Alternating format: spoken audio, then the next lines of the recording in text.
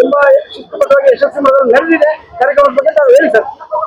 ಇದು ಒಂದು ನಮ್ಮೆಲ್ಲ ಸೀನಿಯರ್ಸು ಮತ್ತೆ ಜೂನಿಯರ್ಸು ಒಂದ್ ಕಡೆ ಸೇರಿ ನಮ್ಮ ಬಹಳ ದಿವಸ ಆದ್ಮೇಲೆ ಒಂದು ಮೀಟ್ ಮಾಡಕ್ಕೆ ಒಂದು ಅಪರ್ಚುನಿಟಿ ಸಿಕ್ಕಿದೆ. ಅದಕ್ಕಿಂತ ಮುಂಚೆ ವೆಟನರಿ ಪ್ರೊಫೆಷನ್ ಅದು ಸುಮಾರು ವರ್ಷಗಳಿಂದ ಒಂದು 30-40 ವರ್ಷಗಳ ಹಿಂದೆ ಆಗಿತ್ತು. ಈಗ ಆಗೋದೊಂದು ತುಂಬಾ ಒಂದು ಒಳ್ಳೆ ಪ್ರೊಫೆಷನ್ ಆಗಿ ದೇಶಕ್ಕೆ, ನಮ್ಮ ಆರ್ಥಿಕ ವ್ಯವಸ್ಥೆಗೆ, ಎಸ್ಪೆಷಲಿ ರೈತಾಪಿ ವರ್ಗಗಳಿಗೆ ಅದು ತುಂಬಾ ಸಹಾಯಕ ಆಗಿದೆ. ಅದು ನಮ್ಮ ನ್ಯಾಷನಲ್ ಎಕನಾಮಿ ಮೇಲೆ ತುಂಬಾ ಕಾಂಟ್ರಿಬ್ಯೂಷನ್ ಮಾಡ್ತಾ ಇದೆ. ಅದಕ್ಕೆಲ್ಲ ಒಂದು ವೇದಿಕೆ ಬೇಕು. ಆ ವೇದಿಕೆ ಇವತ್ತು ಕಾರ್ಯಕ್ರಮ ಮೂಲಕ ಸ್ವಲ್ಪ ಗೊತ್ತಾಗ್ತಾ ಇದೆ.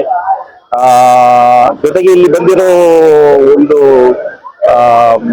ನಮ್ಮ ಪ್ರೊಫೆಸರ್ಗಳಾಗ್ಲಿ, ಇಲ್ಲಿ ರಿಸರ್ಚ್ ಮಾಡುವಂತ ರಿಸರ್ಚ್ ಸೈಂಟಿಸ್ಟ್ಗಳಾಗ್ಲಿ, ಸ್ಟೂಡೆಂಟ್ಸು, ಕೆಲವರು ವೆಟನರಿ ಪ್ರೊಫೆಷನ್ ಮುಗಿಸ್ಕೊಂಡು ಎಂಟರ್ಪ್ರೀನರ್ಸ್ ಆಗಿ ಕೈಗಾರಿಕಾ ಇಂಡಸ್ಟ್ರೀಸ್ಗಳಾಗಿದ್ದಾರೆ. ಇದು ಒಂದು ತುಂಬಾ ಒಳ್ಳೆಯ ಪ್ರೋಗ್ರಾಮು.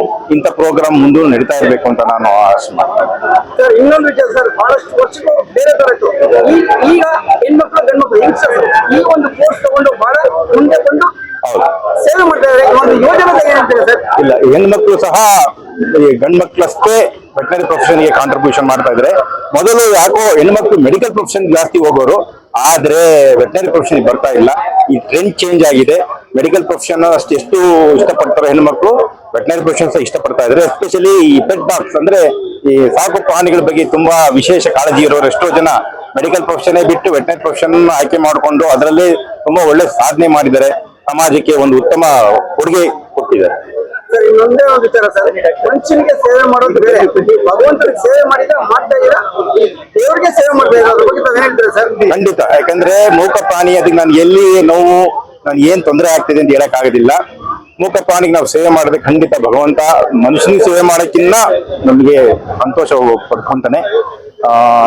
ಮೂಕ ಪ್ರಾಣಿಗಳ ಸೇವೆ ತುಂಬಾ ಉತ್ಕೃಷ್ಟವಾದ ಸೇವೆ. ಮನುಷ್ಯ ಆದ್ರೆ ಅವನು ಎಲ್ಲಿ ಏನು ಅಂತ ಹೇಳ್ತಾನೆ, ಇಲ್ಲೇ ನೋಡ್ತಾ ಇದೆ ಇಲ್ಲ ಅಂತ ಹೇಳ್ತಾ ಇದ್ದಾನೆ. ಮತ್ತೆ ತುಂಬಾ ಅಡ್ವಾನ್ಸ್ ಡಯಾಗ್ನೋಸ್ಟಿಕ್ ನಮಗೆ ಎಕ್ವಿಪ್ಮೆಂಟ್ ಸಿಗುತ್ತೆ. ಮತ್ತೆ ವೆಟನರಿಗೆ ಈಗ ಬರ್ತಾ ಇದೆ, ಬಟ್ ಯಾಕಂದ್ರೆ ಮೊದಲು ಇರ್ತಿರ್ಲಿಲ್ಲ. ಹಾಗಾಗಿ ಡಯಾಗ್ನೋಸಿಸ್ ಮಾಡ್ಬೇಕಾದ್ರೆ ವೆಟನರಿ ಡಾಕ್ಟರ್ಗೆ ತುಂಬಾ ಒಂದು ಬುದ್ಧಿ ಇರಬೇಕು.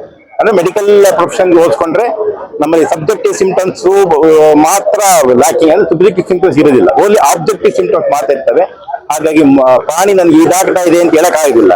ಅದು ಯಾವ ರೀತಿ ಒಂದು ಸಿಂಪ್ಟಮ್ಸ್ ತೋರಿಸುತ್ತೆ ಅದ್ರ ಮೇಲೆ ನಾವು ಡಿಸೀಸಸ್ ನ ಡಯಾಗ್ನೋಸ್ ಮಾಡಿ ನಾವು ಟ್ರೀಟ್ ಮಾಡ್ಬೇಕಾಗುತ್ತೆ. ಇದು ದೊಡ್ಡದೊಂದು ಪ್ರೊಫೆಷನ್. ಇದು ಸ್ವಲ್ಪ ಕಷ್ಟವಾದ ಕೆಲಸ. ಮೆಡಿಕಲ್ ಪ್ರೊಫೆಷನ್ ಆದ್ರೆ ಎಲ್ಲ top to bottom body scanning ಮಾಡ್ತಾರೆ, ಮತ್ತೆ ಎಲ್ಲಾ ತರ ಅಡ್ವಾನ್ಸ್ ಮೆಡಿಕಲ್ ಎಕ್ವಿಪ್ಮೆಂಟ್ ಸಿಗುತ್ತೆ. ಹಂಗೆ ಡಯಾಗ್ನೋಸಿಸ್ ಮಾಡೋದು ನಮ್ಗೆ ಕಂಪೇರ್ ಮಾಡೋದು ಬಹಳ ಈಸಿ.